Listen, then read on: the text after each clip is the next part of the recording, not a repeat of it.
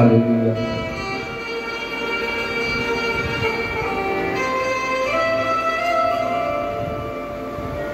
जिनको आँखों से हमने ना देखा है कभी,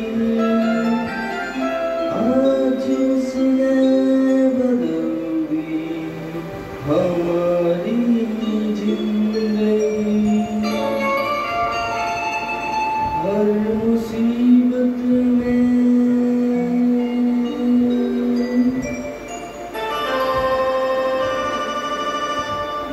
मुसीबत में मुझको संभाला ओ रखवाला, यीशु है रखवाला ओ रखवाला, यीशु है रखवाला।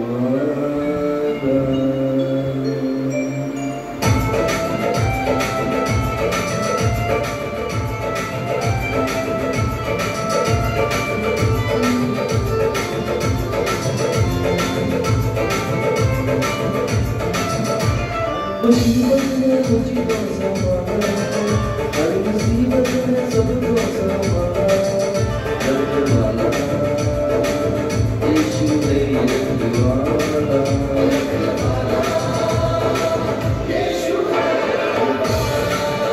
हर मुसीबत में मुझको संभाला, हर मुसीबत में सबको संभाला, रखवाला यीशु है रखवाला।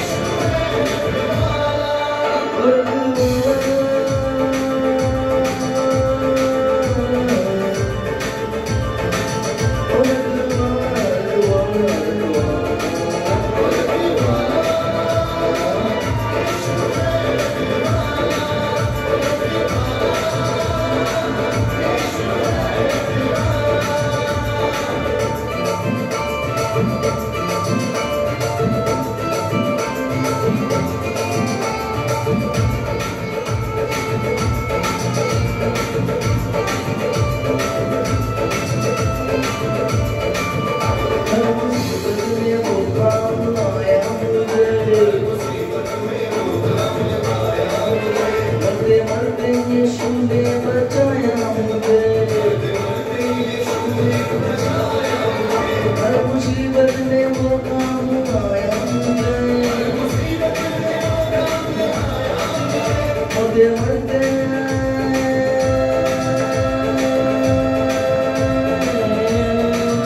मरते मरते यीशु ने बचाया मुझे,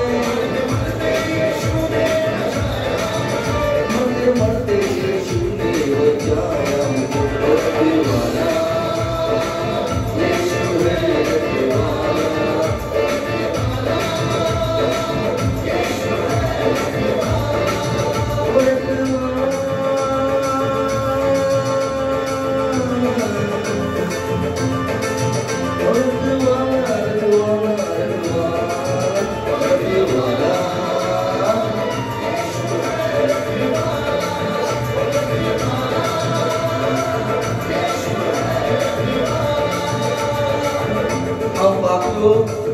हम लोग बापू थे, हम लोग को सबको बचाया।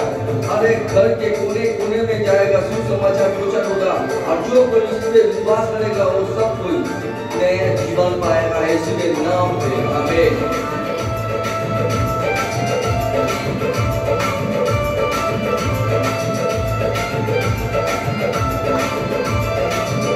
जब मसीहा का दीदार हो जाएगा, तेरा बिगड़ा हुआ काम बन जाएगा। जब मसीहा का दीदार हो जाएगा, तेरा बिगड़ा हुआ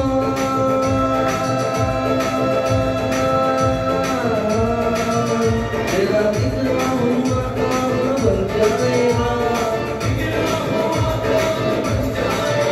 तेरा बिगड़ा हुआ काम बन जाएगा। ओ रखवाला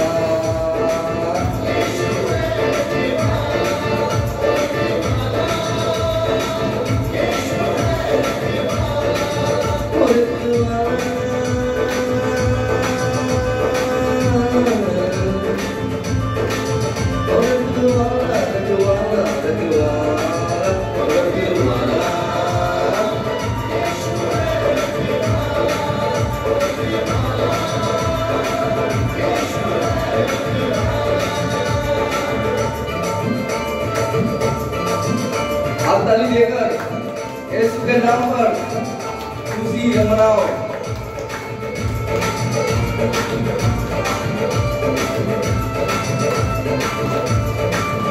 वो धरती का राजा व सरकार है, निराला मसीहा का दरबार है। वो धरती का राजा व सरकार है, निराला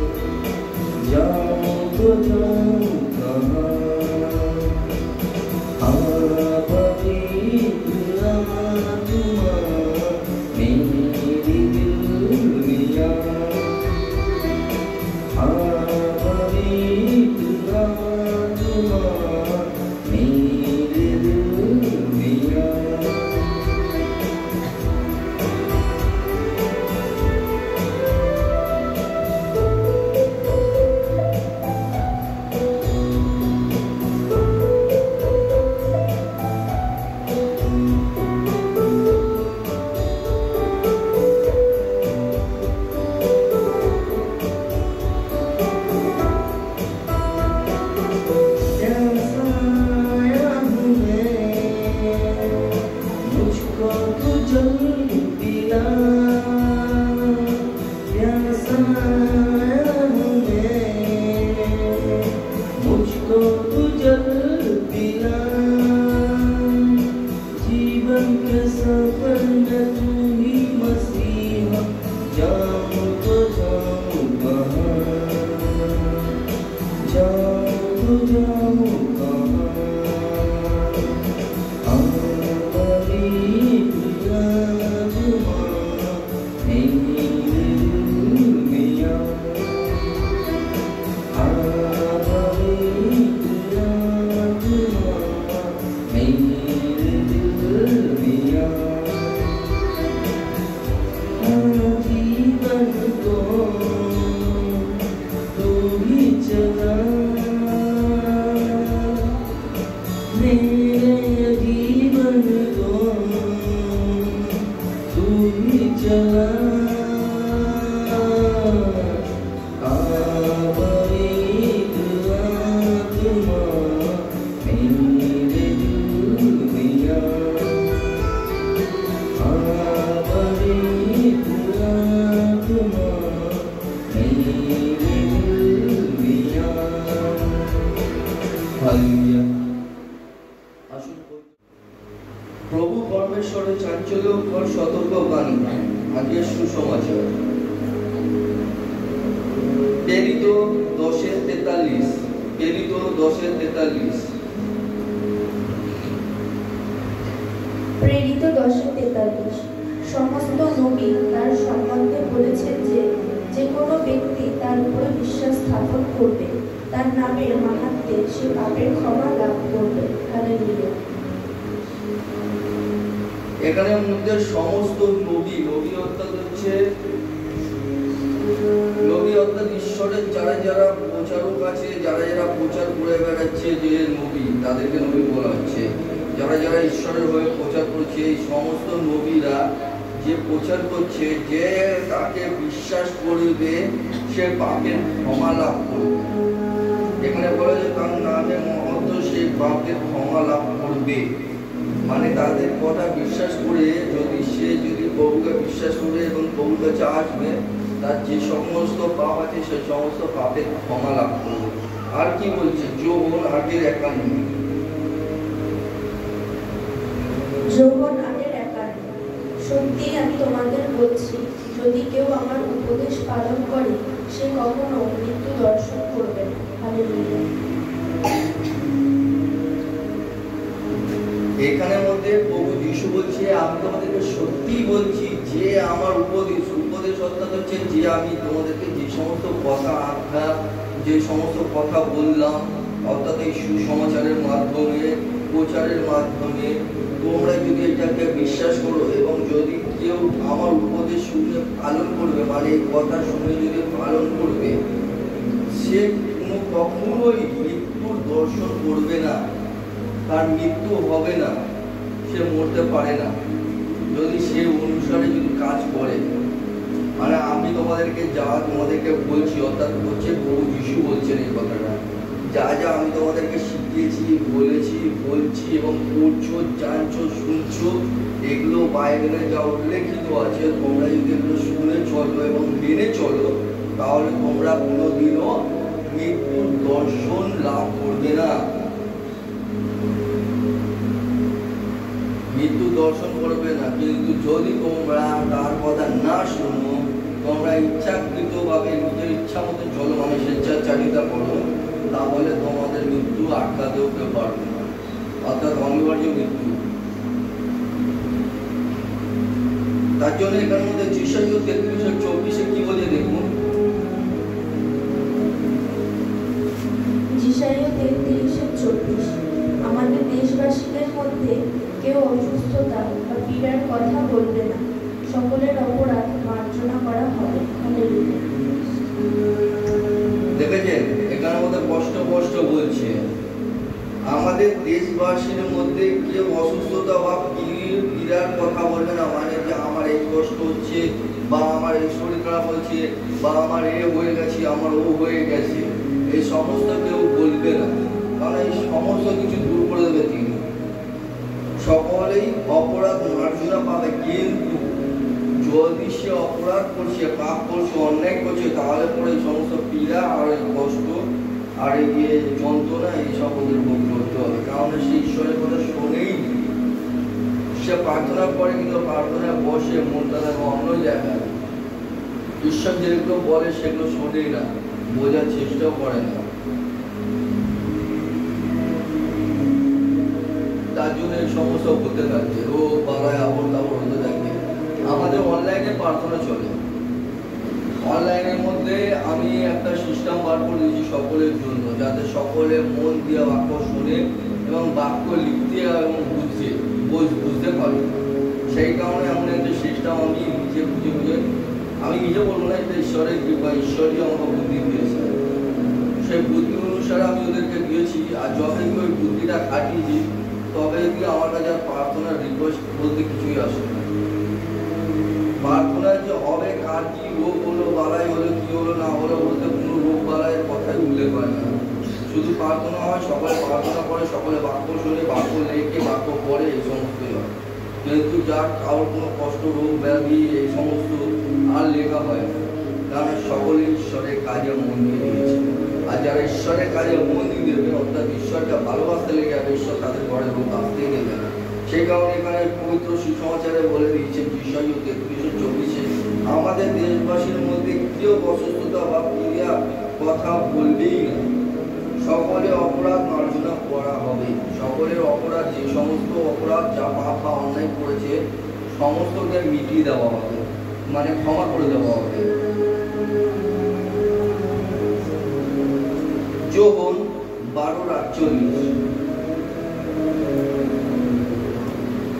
যোহন 12:48, যে আমার বাণী গ্রহণ না করে আমাকে প্রত্যাখ্যান করে তার বিচার হবে অন্যভাবে। শেষের দিনে আমার মুখ নিঃসৃত সেই বাণী হবে তার বিচার। হালেলুয়া। কি বললো? যে আমার বাণী গ্রহণ না করে আমাকে প্রত্যাখ্যান করে তার বিচার হবে অন্যভাবে। তার বিচার হবে অন্যভাবে, মানে সাধারণ বিচার নয়। সাধারণভাবে বিচার না, একটা কথা আপনারা হয়তো জানেন না, যারা ঈশ্বরকে জানে না, শোনে না, মানে বলছে এখন ঈশ্বরকে দেখেনি, জানেও নি, শোনেও নি, কারণ তাদের চোখ কান নাক বন্ধ করে দিয়েছে, তাদের তবুও ক্ষমা আছে। কিন্তু যারা ঈশ্বরের বাক্য জানে, শোনে এবং বোঝে, তারা যদি জেনে বুঝে পাপ করে, অন্যায় করে এবং তার কথা উল্লঙ্ঘন করে, অর্থাৎ উপাখ্যান করা মানে কি, তাকে মানে অবহেলা করা যদি করছে, তার শাস্তি হবে অন্যভাবে। অন্যভাবে মানে কিরকম আপনারা হয়তো জানেন না। ধরুন আমি একটা আইন জানি, যেহেতু ল আইন জানি, রাস্তাঘাটে চলার আইন জানি, আমি যেহেতু পুলিশটা, এবার আমি যদি জেনে বুঝে পাপ করবো বা অন্যায় করবো, তাহলে আমার জন্য কিন্তু ডবল শাস্তি। যারা লোকাল মানে আম মানুষ আছে, যারা মানে লোকাল মানুষ, যারা আইন কানুন জানে না, তাদের জন্য হয়তো ক্ষমা হতে পারে, হয়তো 100, 200, 500 ফাইনের কেটে কাটিয়ে দিতে পারে। কিন্তু আমরা যদি অন্যায় করবো, আমাদের 10 গুণ কিন্তু শাস্তি আছে, আমাদের 10 গুণ শাস্তি আছে। ঠিক সেইভাবে এখানের মধ্যে প্রভুর জন্য বলছে যে এই সমস্ত মানুষ যারা প্রভুর কথাকে উপাখ্যান করে চলছে, মানে ইগনোর করে চলছে, তাদের অন্যভাবে শাস্তি হবে, মানে একটু ডিফিকাল্ট হবে, মানে বড় শাস্তি দেবে। আর সেই শাস্তিটা হবে শেষ সময়, তার মুখ থেকে যে পানিগুলো বেরাবে সেটাই হবে তার কাছে শেষ শাস্তি, মানে ভয়ঙ্কর শাস্তি। তার মুখ নিষিদ্ধ বাক্যতেই শেষ হবে, তা ভয়ানক শাস্তি হবে তার।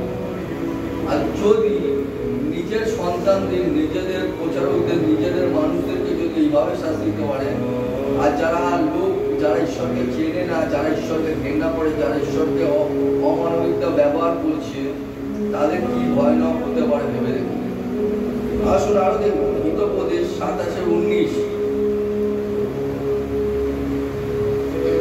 হিতোপদেশ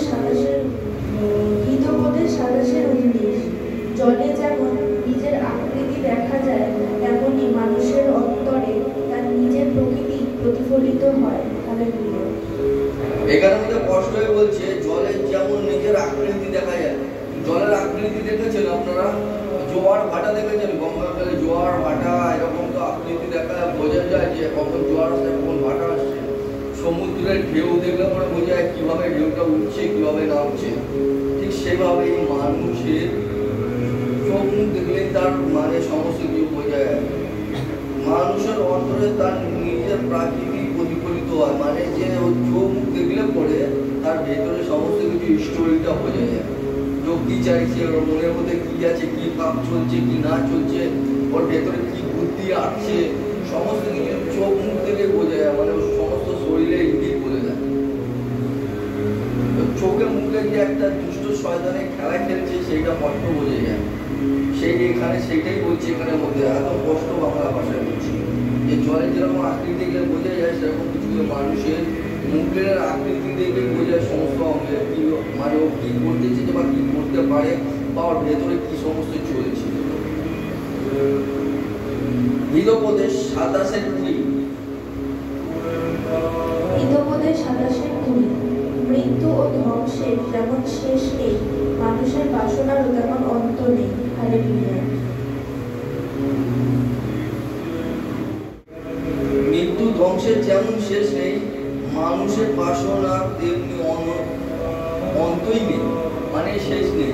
মৃত্যুরও শেষ নেই আর মানুষের যে বাসনা মানে মানুষের প্রত্যেকটা মানুষের একটা ইচ্ছা থাকে, সেই ইচ্ছাও শেষ কোনদিন হয় না। প্রত্যেকটা মানুষের কোনো না কোনো বাসনা থাকে। এক হচ্ছে লোভনীয়, হচ্ছে প্রেমের বাসনা, এক হচ্ছে ব্যভিচারের বাসনা, এক হচ্ছে টাকার বাসনা, এক হচ্ছে মূর্তি পূজার বাসনা, এক হচ্ছে পোশাক খাওয়ার বাসনা, এক হচ্ছে মিথ্যাবাদা বাসনা, এক হচ্ছে বড়লোক হওয়ার বাসনা, এক হচ্ছে ঘমণ্ডের বাসনা, এক হচ্ছে মানে কি বলবো অহংকারের বাসনা।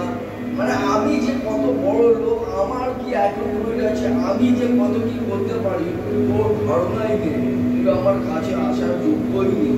এই সমস্ত যে অহংকার, এই সমস্ত নানান রকম এদের মধ্যে নানান রকম নানান মানুষের বাসনা আছে, যারা মানুষের শেষ নেই। কত কত কোটি কোটি মানুষ কোথায় কোথায় মরছে, কোথায় কোথায় আবার কত কত মানুষ জন্ম হচ্ছে, মেয়ে ছেলে অনেকে জন্ম দিচ্ছে আবার অনেকেও মরছে। এই মানুষের মধ্যে যে কি সমস্ত ইচ্ছা হয় সেইটারও শেষ নেই। নানা রকম ইচ্ছা সৃষ্টি হতেই থাকে হতেই থাকে হতেই থাকে, শেষ আর হয় না। কিন্তু শেষ হবে শেষ সময় যদি মন না ফেরে। হিতোপদেশ 27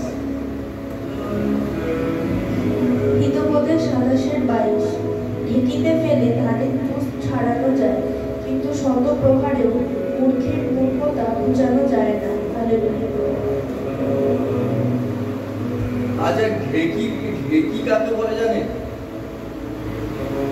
ढेकी किसको कहता है पता है? अरे এখানে বাঙালি কি আছে ভাই? ঢেকি কে? ঢেকিতে ধান বানা হয়, চাল হয়। আর কে জানে ঢেকি? ঢেকি মানে কি? হ্যাঁ, গ্রামে কি আজও থাকে না নাকি? আজ যারাই থাকে ঢেকিতে ধান থেকে চাল করা হয়, হ্যাঁ। কি একটা কাঠের হ্যাঁ। ওই জায়গায় একটা লোহার রশি লাগানো থাকে, এরকম করে যেখানে ধান ভাঙা হয়, পাট দেওয়া হয়, মানুষে পাট দেয়, একটু পাট দেয়, সব কিছু জায়গায় লাগিয়ে পাট দেওয়া হয়। হ্যাঁ, দেখেছো এখানের মধ্যে ঈশ্বরের বাক্য সেটা বলছে ঢেকিতে ফেলে ধানের তুষ ছাড়ানো যায়। একটা লাঠি থেকে ওটার মধ্যে টানে, টেনে গাড়ে ফেলে, আর পাইপে পাট দেয়। আমরা তো আমাদের উদ্দেশ্যে আছে ধানের তুষ ছাড়ানো যায়, কিন্তু শত প্রহারেও মূর্খতার বোঝানো যায় না। মানে যারা মূর্খ, যেরকম কি ধানের তুষ মানে ঢেকিতে ফেলে যেরকম ধানের তুষ ঢেকিতে ধান যেরকম ছাড়ানো যায়, ছাড়িয়ে যে তুষ বার করে, কিন্তু মানুষের মূর্খতা মানে মূর্খকে যতই প্রহার করো, প্রহার মানে হচ্ছে গিরামিয়ে রাত ঘুষামাছি বা ডান্ডাবাজি করছি, ডান্ডাকে মেরে মুড়ে ঠিক করে দিচ্ছি, এরকম ব্যাপার নয়।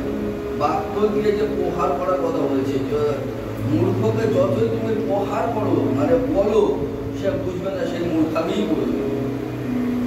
আমি তুমি যতই তুমি ওকে বুঝিয়ে দাও না কেন, ও নিজের পাপ ছাড়বে না, ওই পাপেই লিপ্ত হয়ে যাবে। তো এখানে মধ্যে বাক্য সেটাই বলছে, ঢেকির মধ্যে পেটে যেরকম ধানকে বার করে তুষকে আলাদা করে, কিন্তু কোনোদিন ঠিক করা যায় না, ও তো মূর্খামি করে যাবে। ওকে তুমি শত প্রহার করে যাও, তুমি শত বুঝিয়ে যাও, ও নিজের পাপ, নিজের অন্যায়, নিজের যা ইচ্ছা মানে বলে স্বেচ্ছাচারিতা, যেটা প্রথম বললাম, ওই স্বেচ্ছাচারিতাই করে যাবে। আসো এখানে ফিলিপিও 2:3 পড়ার একবার। ফিলিপিও 2:3 স্বার্থসিদ্ধি বা দম্ভ প্রকাশের জন্য তোমরা কিছু করো না, বরং নম্রভাবে অপরকে নিজের চেয়ে শ্রেষ্ঠ বিবেচনা করো। হালেলুয়া। স্বার্থ সিদ্ধি মানে জানো,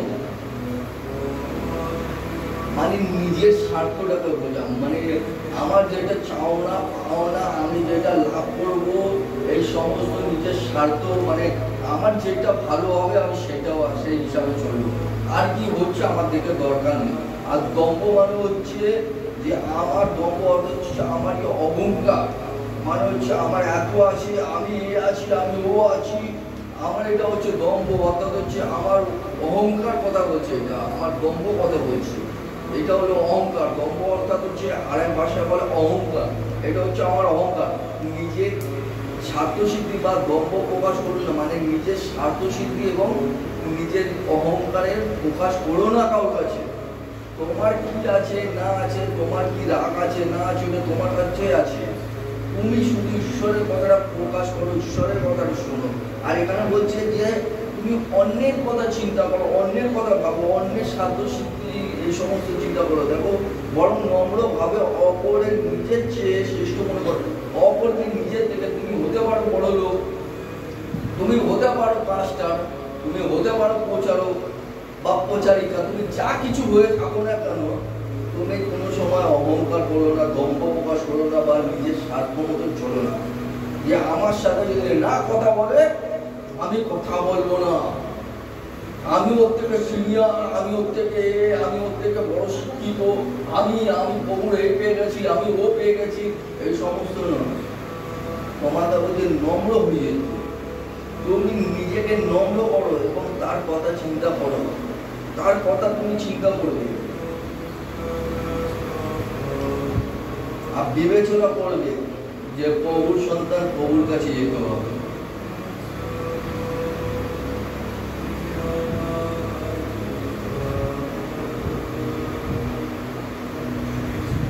আচ্ছা আসো হিতোপদেশ 11:2। হিতোপদেশ 11:2 দম্ভ এলে তার সঙ্গে আসে অপমান, কিন্তু বিনম্রদের সাথে প্রজ্ঞা। আমিন। কি বলছে? দম্ভ এলে তার সঙ্গে আসে অপমান, কিন্তু বিনম্রদের সঙ্গে প্রজ্ঞা থাকে। প্রজ্ঞা অর্থাৎ হচ্ছে পবিত্র জ্ঞান, অর্থাৎ সুসমাচার। যারা বিনম্র, যারা নম্রভাবে চলে, তাদের সঙ্গে সবসময় ঈশ্বরের জ্ঞান কাজ করে। কিন্তু যাদের মধ্যে দম্ভ মানে অহংকার আসে, দম্ভ আসে, তাদের সঙ্গে আসে অপমান, তাকে লোক অপমান করে। তুমি যে সমস্ত বলছো, তুমি এখানে খাটাচ্ছ, কিন্তু কিছুক্ষণ পরে তোমার নামে নিন্দা হবে, তোমার নামে অপমানিত হবে, হয়তো তাদের 10 জনের সামনে তোমাকেও দুটো কথা শুনিয়ে দিতে পারে। তার জন্য বলছি তোমার অপমান হয়ে যাবে, কিন্তু যারা নম্র ভদ্র আছে তাদের সঙ্গে থাকে প্রজ্ঞা, অর্থাৎ পবিত্র জ্ঞান। ফিলিপিও 2:4। ফিলিপিও 2:4 তোমরা প্রত্যেকে নিজের নয়, অন্যের স্বার্থের দিকে লক্ষ্য রাখো। হালেলুয়া। তোমরা প্রত্যেকে নিজের নয়, অন্যের স্বার্থের দিকে নজর রাখো। অন্যের, নিজের নয়। নিজে তুমি কিছু চিন্তা করো না, তোমার যা আছে আরো বেদা ঝুঁকি দেও, কিন্তু অন্য যারা এখনো পর্যন্ত ঠিক করে প্রভুকে চেনেনি, জানেনি, বোঝেনি, তাদের জন্য তোমরা চিন্তা করো, তাদের জন্য তোমরা কিছু করো। প্রভুর সন্তানের জন্য কিছু করো, যারা ঈশ্বরকে জানেনি তাদের জন্য কিছু করো, এদের জন্য কিছু করো। শুধু নিজের চিন্তা করলে হবে না। ফিলিপিও 2:6। ফিলিপিও 2:6 তিনি স্বরূপে ঈশ্বর হয়েও ঈশ্বরের সমকক্ষ হতে চান না। হালেলুয়া। এটা কার কথা বলতে জানেন? প্রভু যিশুর কথা। তিনি স্বরূপে ঈশ্বর হয়েও ঈশ্বরের সমকক্ষ মানে ঈশ্বরের মতন হতে চাননি, তিনি নরম ভদ্রভাবে নম্রভাবে প্রত্যেকটা মানুষের সাথে প্রত্যেকটা জনতার সাথে মিশেছে, এমনকি পথে ঘাটে ঘুরে বেরিয়েছে। তিনি কোনো রাজবাড়ি প্রসাদেও থাকেন, তিনি সমস্ত জায়গায় ঘুরে ঘুরে বেরিয়েছে, প্রচার করে বেরিয়েছে। তার মাথার উপরেও ছাদ ছিল না, থাকার মতো জায়গাও ছিল না। তিনি সমস্ত জায়গায় জায়গায় ঘুরে ঘুরে খালি প্রচার করে বেরিয়েছে। তার জন্য তোমাদেরকে ওই একই কথা বলছে যে তিনি যদি ঈশ্বর না হয়ে, তিনি যদি এত লোকের যদি কাজ করতে পারে, এত নম্র হতে পারে আমাদের জন্য, তাহলে তোমরা ঈশ্বরের সন্তানও কেন হচ্ছ না? কেন হচ্ছ না? কেন নিজেদের স্বার্থ সিদ্ধির চেষ্টা করছো? কেন নিজেদেরকে এত দম্ভ প্রকাশ করছো? মানে তোমার আছে, তোমার এ আছে, তোমার ও আছে বলে নিজের ওপর দম্ভ কেন প্রকাশ করছো? এই সমস্তকে ত্যাগ করো, নিজেকে নম্র করো, ভদ্র করো এবং এক অপরকে প্রেম করো, এগিয়ে চলো ঈশ্বরের দৃষ্টি। যোহন 12:46। যোহন 12:46। আমি জ্যোতিরূপে এই জগতে এসেছি, যে আমাকে বিশ্বাস করে সে অন্ধকারে থাকবে না। হালেলুয়া। প্রভু যীশু স্পষ্ট এখানে বলে দিয়েছে যে আমি জ্যোতিরূপে এই জগতে এসেছি, যে আমাকে বিশ্বাস করবে সে কখনোই অন্ধকারে থাকবে না।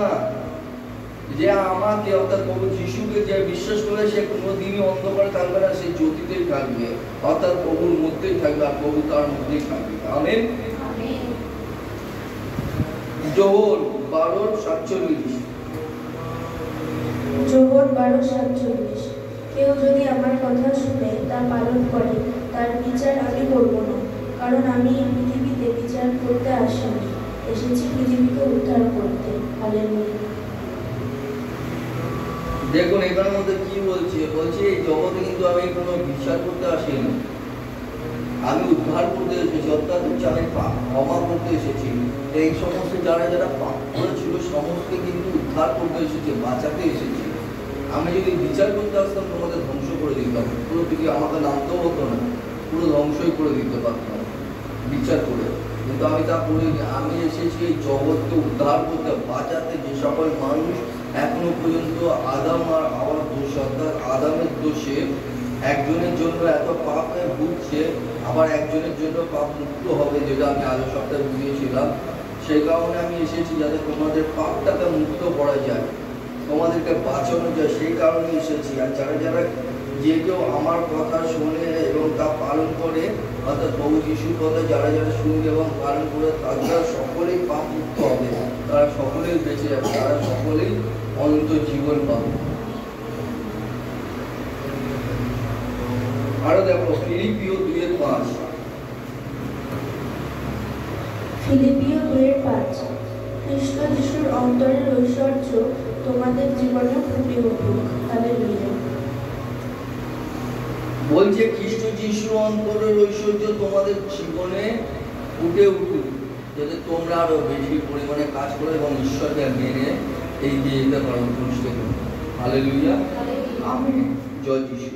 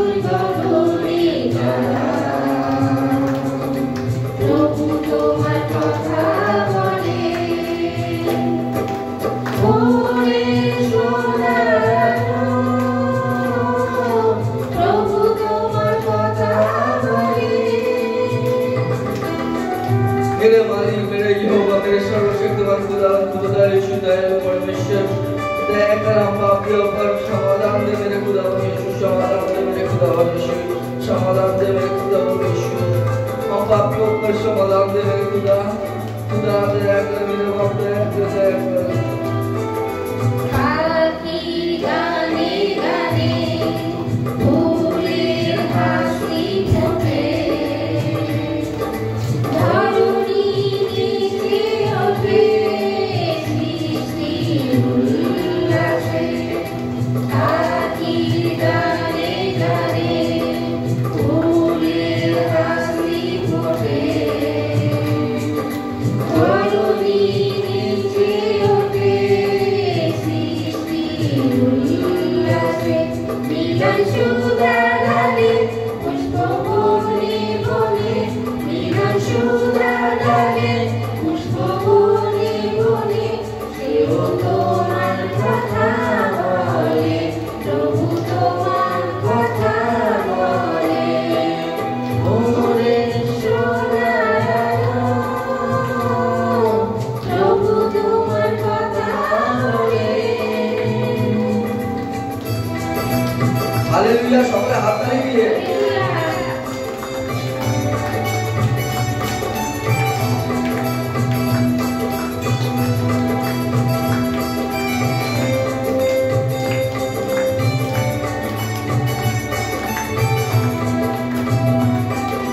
সাগর হেলে দুলে ঝরনা মধুর জলে, তোমার বাঁশি হাসি তোমার প্রশংসাগান। সাগর হেলে দুলে ঝরনা মধুর জলে, তোমার বাঁশি হাসি তোমার প্রশংসাগান। সবার হৃদয় মাঝে খুশি নেচে ওঠে, সবার হৃদয় মাঝে খুশি নেচে ওঠে, সেও